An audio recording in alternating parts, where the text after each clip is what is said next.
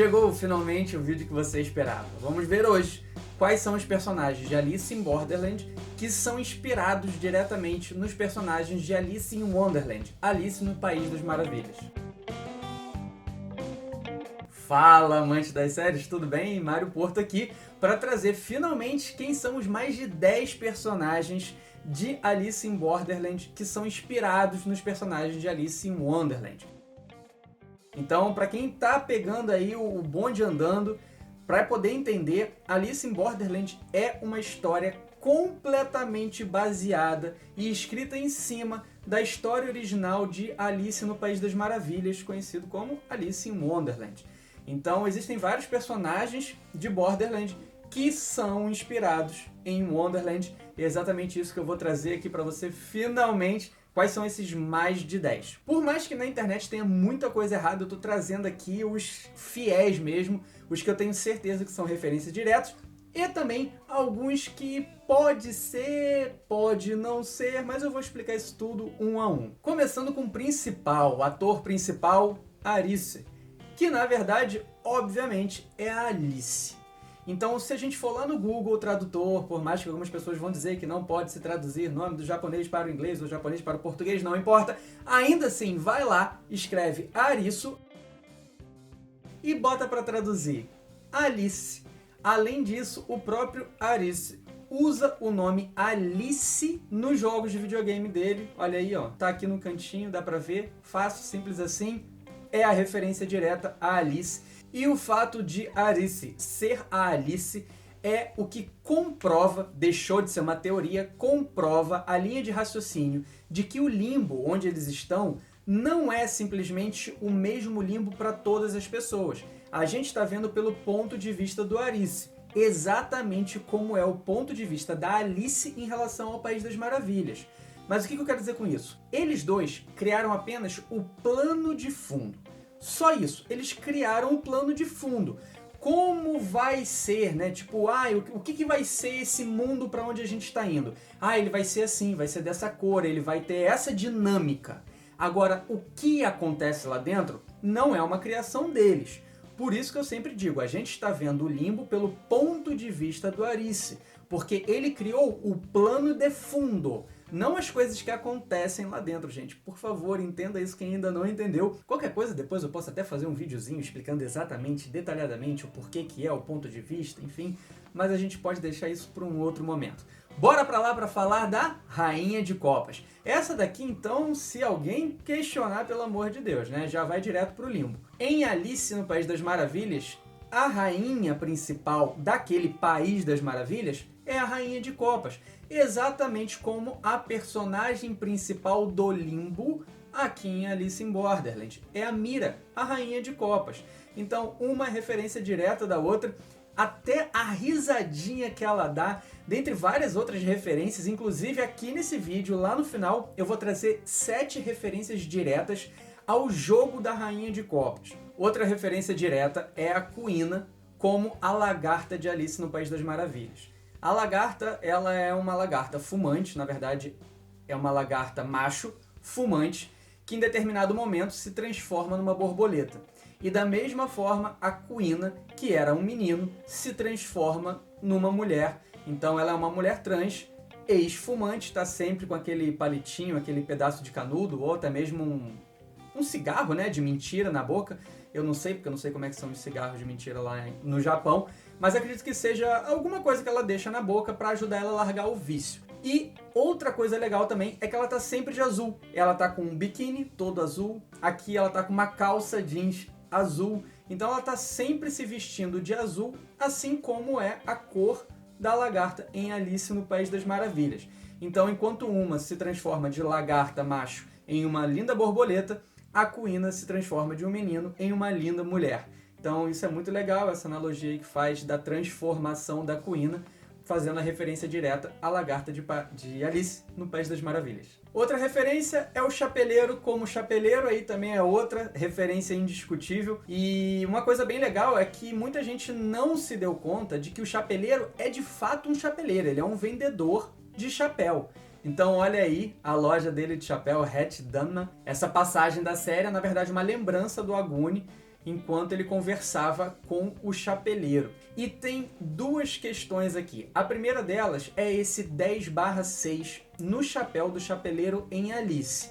O que significa isso? Isso é o valor do chapéu, tá? Então são 10 shillings e 6 pence.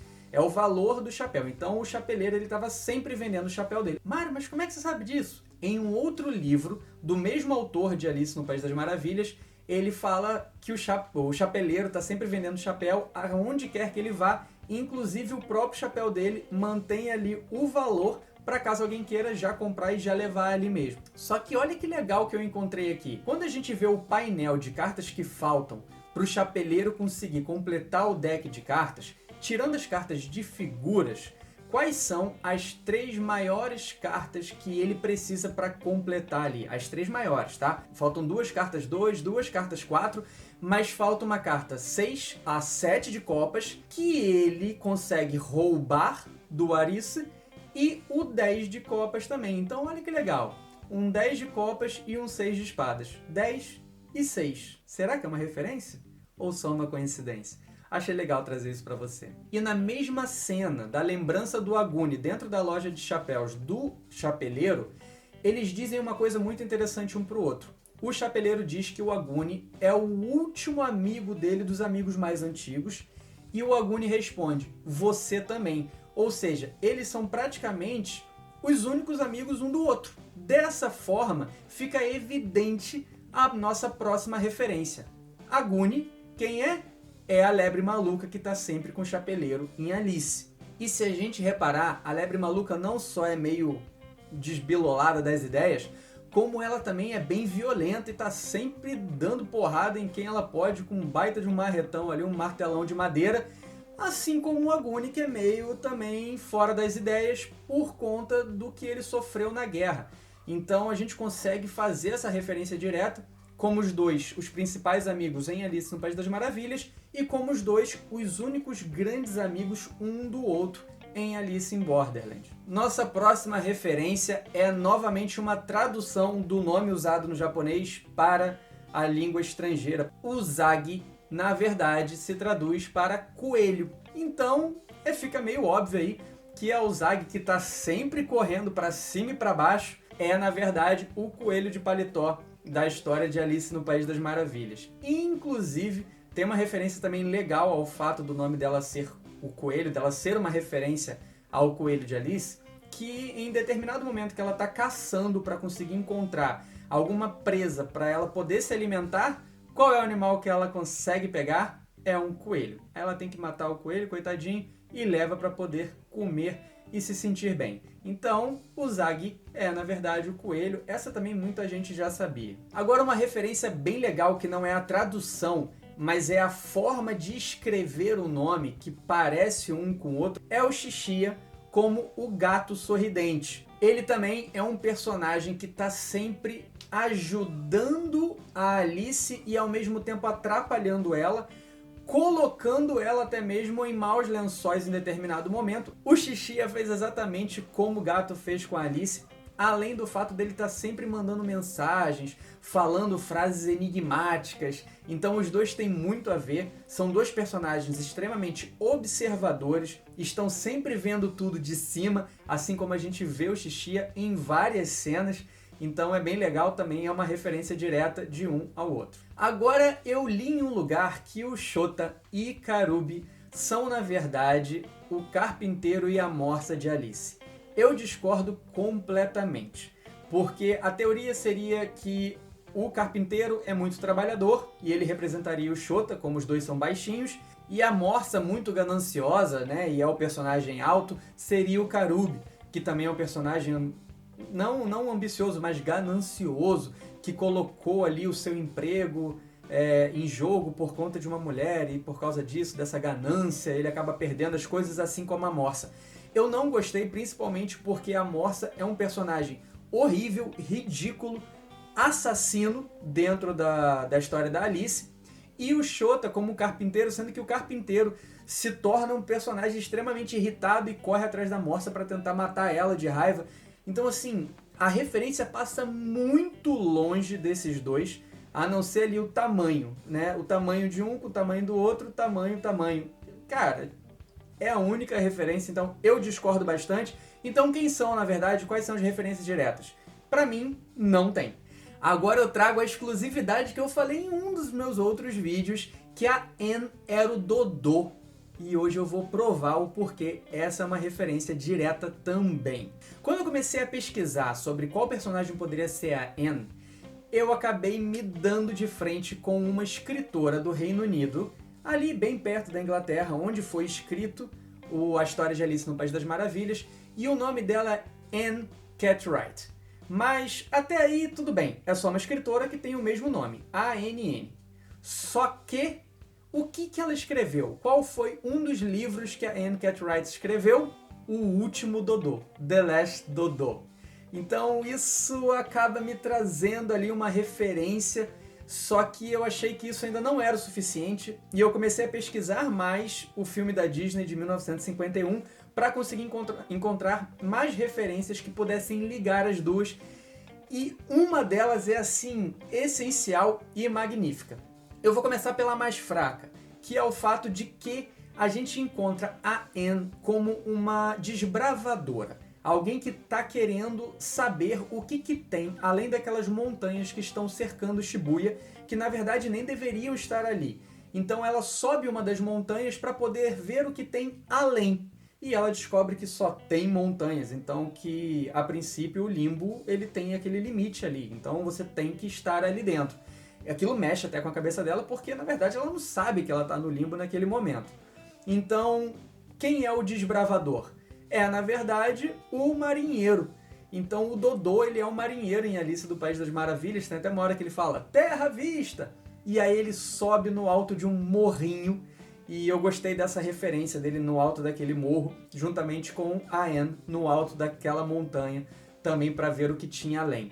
E agora vem a melhor referência direta, que nesse mesmo morrinho onde o Dodô se encontra, ele parece ali que tem uma ligação direta com o primeiro desafio da Anne, que a gente vê na verdade. Ela teve vários outros desafios, mas o que a gente vê é aquele que ela leva o Arice para testar ele. E olha o que acontece nesse primeiro desafio. A água daquela sala começa a encher. E se ela encher muito, ela vai dar um choque, obviamente, mas ela também vai afogar as pessoas que não fizerem o que a Anne tá mandando. Na verdade, não é ela que tá mandando. Se não fizer, você morre. Mas ela tá ali como uma pessoa calma, tranquila, auxiliando todos aqueles desafiantes naquele desafio. E a água está subindo e quase matando eles, afogados e também eletrocutados. E o que acontece na história de Alice no País das Maravilhas? Assim que a Alice encontra o Dodô, ela se vê nesse lugar sendo, quase morrendo afogada ali, com a água subindo, descendo, subindo e descendo, e ela não pode parar, ela tem que continuar andando, ela tem que continuar correndo. E o Dodô fica dizendo isso pra ela, você não pode parar, se você não parar, você não vai conseguir se enxugar, você não vai conseguir ficar seca. E ele começa a dizer o que ela tem que fazer para ela conseguir se livrar daquela água. Vai dizer que não é uma referência direta. Eu achei isso muito legal. Obviamente é uma teoria, mas é uma teoria que com todas essas evidências acaba se tornando uma realidade. Me escreve nos comentários o que você achou, porque essa eu fui muito longe até conseguir comprovar com 3 grandes referências muito legais de Alice in Borderland para Alice in Wonderland. Uma outra referência também é a Momoka com a Asahi. Essas duas, eu li em um lugar que elas poderiam ser referências diretas aos irmãos Tweedle, Tweedledee e Tweedledum. Esses 2 gêmeos de Alice no País das Maravilhas são contadores de histórias, enquanto a Momoka e a Asahi juntas estão contando a história de como elas viraram personagens participativos do Limbo, ajudando os dealers a organizarem os jogos. Então eu gostei dessa referência. Não tem muito mais do que isso, a não ser que elas estão sempre juntas, elas são muito amigas, e que elas contam essa história ali no formato daquele vídeo no final da primeira temporada. E eu gostei, então dou ok para quem inventou essa referência. Não foi eu que descobri, mas eu gostei muito, então dá o carimbo aí, tá aprovado. E agora a gente falou do rato lá atrás, que confundiram o ratinho com a Anne. Na verdade, sim, não tem referência nenhuma, basicamente, de uma com outra, tá bom? Então, vamos descartar isso. A Anne, a gente já sabe que é o Dodô, mas quem seria, então, o Ratinho? Aí é uma teoria que eu jogo aqui por uma simples comparação. O Ratinho de Alice no País das Maravilhas é o personagem mais medroso do desenho. E quem é o personagem mais medroso de Alice no País das Maravilhas? Pra mim, foi o Tata. Por mais que alguém vá dizer que, não, o Tata foi muito corajoso em determinado momento, ele fez isso, ele fez aquilo, ok. Mas o Ratinho também, ele tem os seus lapsos de coragem. Mas ele é um personagem acuado, que tá sempre ali, na grande parte, tá com medo. E um segundo ponto de referência. O Ratinho, ele tá sempre com os dois melhores amigos dele, que são a Lebre Maluca e o Chapeleiro. E quando que o Tata se sente mais à vontade finalmente no limbo? Quando ele consegue ser recrutado para a praia. No primeiro encontro dele com o Karubi e o Arice, ele tá com muito medo, ele não tá entendendo nada, e quando ele reencontra o Arice, ele tá todo feliz, ele tá todo animado por agora participar da praia. E quem são os guardiões da praia?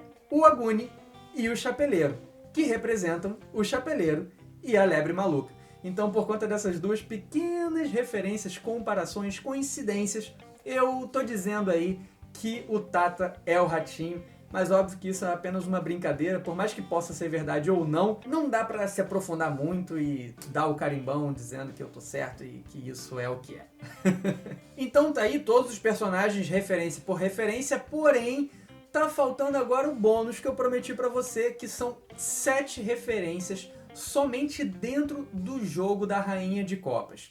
A primeira referência é, obviamente, a referência direta do jogo, croquet e croquet. Da mesma forma que a Rainha de Copas, em Alice no País das Maravilhas, chama a Alice para um jogo de croquet, para uma disputa, a Rainha de Copas, a Mira, chama também a Alice para um jogo de croquet. Então, por isso até que esse jogo, no meio daquela loucura de assassinato, de explosão, um simples jogo de croquet. Muita gente não estava entendendo por quê. Porque é uma referência direta ao desenho, que acontece exatamente igual. E vem a segunda referência que eu gostei demais quando eu percebi isso. A Rainha de Copas, ela é tão referência da Rainha de Copas de Alice, que até mesmo ali na primeira tacada do Arice, ela dá uma risadinha. E essa mesma risadinha a gente consegue ver na Rainha de Copas de Alice, quando a Alice tenta acertar a bola e não consegue. Então, cara, isso eu achei fantástico, porque traz muito partes do desenho, cenas do desenho para dentro da série. Eu achei fantástico a todo instante. Os produtores tomaram todo o cuidado para conseguir vincular até mesmo uma cena como essa. Bora para a terceira referência? Eu acabei de falar da tacada, certo? E o que a Rainha de Copas de Alice e até mesmo a Alice usam para jogar croquet? Um flamingo. Só que em Alice in Borderland eles usam um taco de croquet. Então onde que estão os flamingos? Perceba que aqui. Olha só, tanto de um lado quanto do outro, da arena de croquet do jogo da Rainha de Copas, a gente tem duas esculturas de dois animais que são flamingos. Outra referência direta de Alice in Borderland a Alice in Wonderland. Nossa quarta referência é sobre a vegetação. O castelo da Rainha de Copas é todo tomado de vegetações. No desenho elas ficam ali em preto e branco, mas essas vegetações elas podem sim ser aquela referência direta à vegetação que está crescendo em volta de Shibuya inteiro, porque todo o País das Maravilhas é tomado por vegetação, flores, plantas e etc. Assim como Shibuya termina tomado também no final da segunda temporada. Então essa também é uma referência direta. Isso foi um seguidor aí, foi um inscrito meu que escreveu em um dos vídeos. Eu achei sensacional, comecei a procurar e vi que era exatamente isso mesmo, ele estava certo, então valeu. Continue escrevendo para mim, gente, porque vocês vão me ajudando também e aí eu vou trazendo aqui em forma de vídeo. Ainda falando da vegetação, mas uma nova referência específica são das rosas brancas. Perceba que a Mira encheu a arena dela de rosas brancas, né? Ela cercou toda a arena de rosas brancas. E em Alice no País das Maravilhas a gente encontra a Alice ajudando algumas cartas a pintar as rosas brancas de vermelho. Outra referência é o chá.